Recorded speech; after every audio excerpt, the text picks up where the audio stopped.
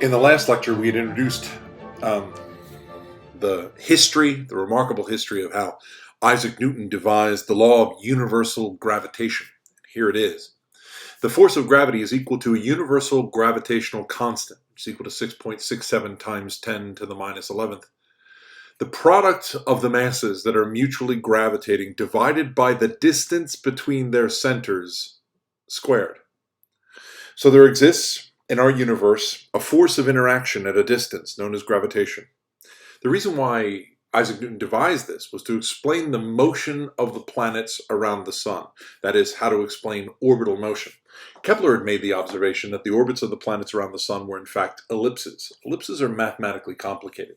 So what we're going to do here is do a little bit of orbital motion with an important assumption, and that is the assumption that the motion of the planets and that orbital motion in general is circular. That assumption is not too far off for two really important reasons. If I were to draw, for example, the orbit of the moon around the Earth, and I were to draw it perfectly to scale, everyone who looked at it would swear that it was a circle. Truly, it is an ellipse, but it's so close to being circular, and in fact, a circle is a special case of an ellipse. So even though the orbits aren't circular, they're nearly circular. But also, it turns out that if I treat elliptical motion on average, that is the average radius and the average velocity, then the equations that I would devise for circular motion turn out to be exactly appropriate for the ellipse on average. And so the whole exercise here is to apply universal gravitation to the idea of circular motion. Circular motion is caused by a centripetal force. So all we're going to do here is to imagine that a circular orbit, for example, the moon around the Earth, that circular motion is caused by the universal gravitational force as the centripetal force. So here I have the force of gravity, Gmm over r squared. And once again, I'm using this convention where I use the lowercase m for the smaller mass and the capital M for the larger mass. In this case, and in all cases of this particular application, the small mass is the object that orbits, and the large mass, the capital M, is the object that is being orbited. This force, the universal gravitational force, I'm going to set equal to the centripetal force, mv squared over r. And immediately I notice that I have on the left-hand side of the equation a lowercase m and a lowercase m on the right-hand side of the equation. That's the mass of the thing that is orbiting, and it cancels, which means that orbital motion does not depend on the mass of the object that is doing the orbital motion. From an engineering standpoint, this has a huge advantage when I'm designing satellites to put into space. I need not concern myself with the mass of the satellite beyond building a rocket that can get that mass into orbit. Once the orbital motion is obtained, that motion does not depend on the mass of the orbiting object. So here I have g multiplied by the mass of the body being orbited divided by r, which is always the distance between the centers, is equal to the speed squared. Taking the square root of both sides and flipping it, I have a very handy and useful equation. It's the equation for orbital velocity. It determines the speed of an object in its orbit. And it doesn't matter if it's a satellite in orbit of the Earth, the moon in orbit of the Earth in orbit around the sun in orbit around the center of the galaxy. This is the equation for the speed of orbits. Isaac Newton would have realized this immediately once he had established the universal gravitational law. He would have realized that in principle, if he knew what the universal gravitational constant was, that he could calculate the speed that would be necessary to orbit the Earth. In fact, he drew a picture of it. Isaac Newton imagined that if you went to the top of a mountain and placed a cannon there and fired a cannonball, according to the laws of projectile motion, the cannonball would fly to the base of the mountain. But if you packed it with more gunpowder and fired it with a further velocity, higher velocity, naturally, it would fly further and further and further and further. And he imagined that you could fire a cannonball with such a velocity that the rate at which it curved toward the Earth would be equal to the rate of curvature of the Earth itself, and that the object would go around the Earth in orbits, greater velocities resulting in orbits of greater extent. Isaac Newton would have realized it would be possible to make objects, perhaps artificial objects, that would orbit the Earth. And he realized that was in effect what was happening to the moon. Like a projectile fired from the top of a mountain, the moon was falling toward the Earth, but that its tangential velocity was so great that as it curved towards the Earth curved away. I like to imagine that Isaac Newton sat down one day to calculate what the velocity would have to be in order to orbit the Earth. And maybe it's a little bit sadistic of me, but I'm amused by the idea of his disappointment when he calculated the orbital velocity. I begin with our equation for the orbital velocity. V is equal to the square root of g, the universal gravitational constant, times the mass of the thing that is being orbited, divided by the distance between their centers. So here I'm just plugging in the numbers that are relevant to calculating the velocity of a thing, an artificial satellite that I place in orbit around the Earth. I start with universal gravitational constant, 6.67 times 10 to the minus 11th, multiplied by the mass of the Earth, 3 times 10 to the 24th kilograms. I divide that by the radius of the orbit.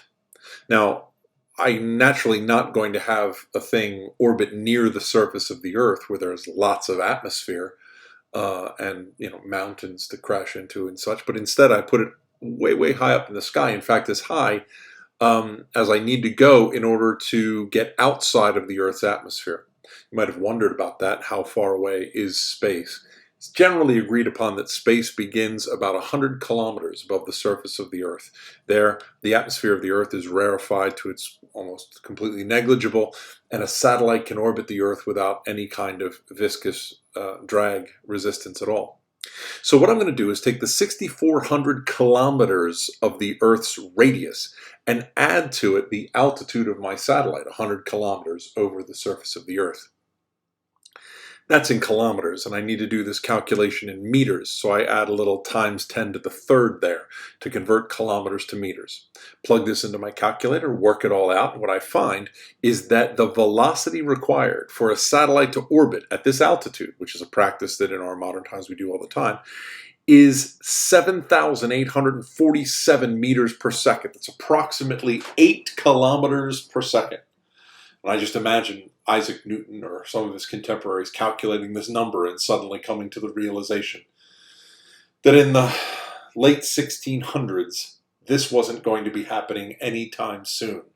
It was of a ponderous velocity, way higher than anything that they could ever have imagined. In fact, today, we know that placing objects in orbit around the Earth involves extraordinarily powerful rocketry in order to obtain these very, very high velocities, and it's what makes space travel and space technology so very difficult and challenging to do. Here's another interesting result of applying universal gravitation to the idea of uniform circular motion. Here I start once again with the speed of an object in orbit. V is equal to the square root of gm over v, or gm over r, pardon me. And that's equal to the speed, but since I'm presuming that things move in circular orbits, the speed of a circular orbit is the circumference of the orbit, 2 pi r, divided by the time period of the orbit, that is the amount of time it takes to go around once. I'll take this equation, the square root of gm over r is equal to 2 pi r divided by t, and square both sides. On the left-hand side, the square root simply goes away. On the right-hand side, it becomes 4 pi squared r squared over t squared. As usual, I'm making things a bit more complicated in order to make my point. I'm going to skip a bunch of steps of algebra just to show you, to reveal to you where I'm going. I'm going to multiply t squared to the left-hand side of the equation and realize that if I divide r squared to the left-hand side of the equation, I end up with an r cubed. Everything else gets moved to the right-hand side. And the equation that's revealed to me is that the time period of an orbit squared divided by the average radius of its orbit cubed. I say average radius because indeed the orbits are elliptical, but I'm going to treat them as circled. T squared over r cubed is equal to 4 pi squared over gm. I'm really hoping that you realize what just happened here. As one of his three laws, Kepler observed from watching the motion of the planets, that is, from looking at data taken from observations of the planets, he observed that the time period squared divided by the radius of the orbit cubed was the same for all planets that orbited the sun. Why, Kepler? Why is that so? I have no idea, he would say. I just know that it is that way. Well, now I've revealed that if I follow Newton's universal gravitational law and apply it to circular motion, it's revealed to me that the time period of a planet's orbit squared divided by the average radius of its orbit cubed is equal to 4, which is a constant, pi squared, which is a famous constant, divided by the universal gravitational constant, and the mass of the object that is being orbited. Everything on the right-hand side is a constant for everything in our solar system that orbits the sun. Why is Kepler's third law correct for his observations of the motion of the planets around the sun? Because Isaac Newton's universal gravitational law is, at least on this scale, the appropriate description of the gravitational interaction. This result here inspires me because on the right-hand side of the equation, I have the mass of the thing that is being orbited. And the thing that is being orbited is the sun. The sun has a very, very large mass, and its gravitational influence on everything in our solar system is what creates all of the motion of the planets around the sun that fascinated ancient astronomers. The mass of the sun. How is the mass of the sun determined? Like, how do we know? How do we figure out the mass of the sun? We certainly haven't been to the sun. We couldn't get anywhere near it. Technologically, we couldn't get close enough to the sun to touch it, make any sort of measurements. So how do we know the mass of the sun? The answer comes from Newton's universal gravitational law. When we consider applying Isaac Newton's version of Kepler's harmonic law to the motion of the planets around the sun, consider the motion of the Earth around the sun. I'm going to take the harmonic law here, t squared over r cubed equals 4 pi squared over gm, and do a little bit of algebraic jiggery-pokery to it to solve for the mass of the thing that is being orbited. In this case, the mass of the sun. The mass would be equal to 4 pi squared over g, which I know, I can calculate. 4 pi squared are just constants that I have laying around. The universal gravitational constant I determined by experiment. Multiplied by the radius of the Earth's orbit cubed. Do I know the radius of the Earth? And you would say, yes, of course I do. It's in the front of my textbook. I can simply look that number up, Google it, whatever. How do we know the radius of the Earth's orbit? That's a separate question for a separate lecture. In fact, we do know the radius of the Earth's orbit, and we know it by radar ranging.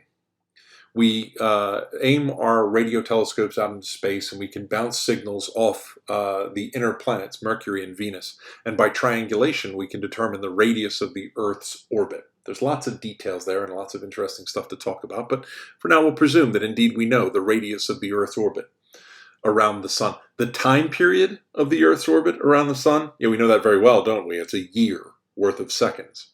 So I'll go ahead with the calculation, 4 pi squared divided by 6.67 times 10 to the minus 11th.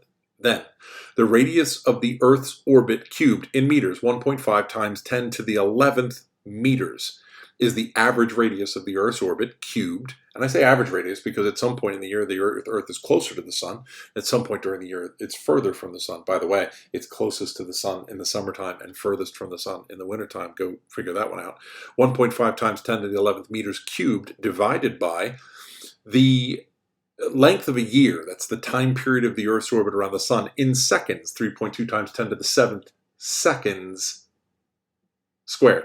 Run that all through to my calculator, and I find that the mass of the sun is 2 times 10 to the 30th kilograms, a spectacular mass. 99% of the mass of the entire solar system is the sun, which means that is why the sun remains the center of our solar system, and all of the other objects in the solar system, all of the planetary bodies, orbit the sun in planetary motion, according to Newton's universal gravitational law.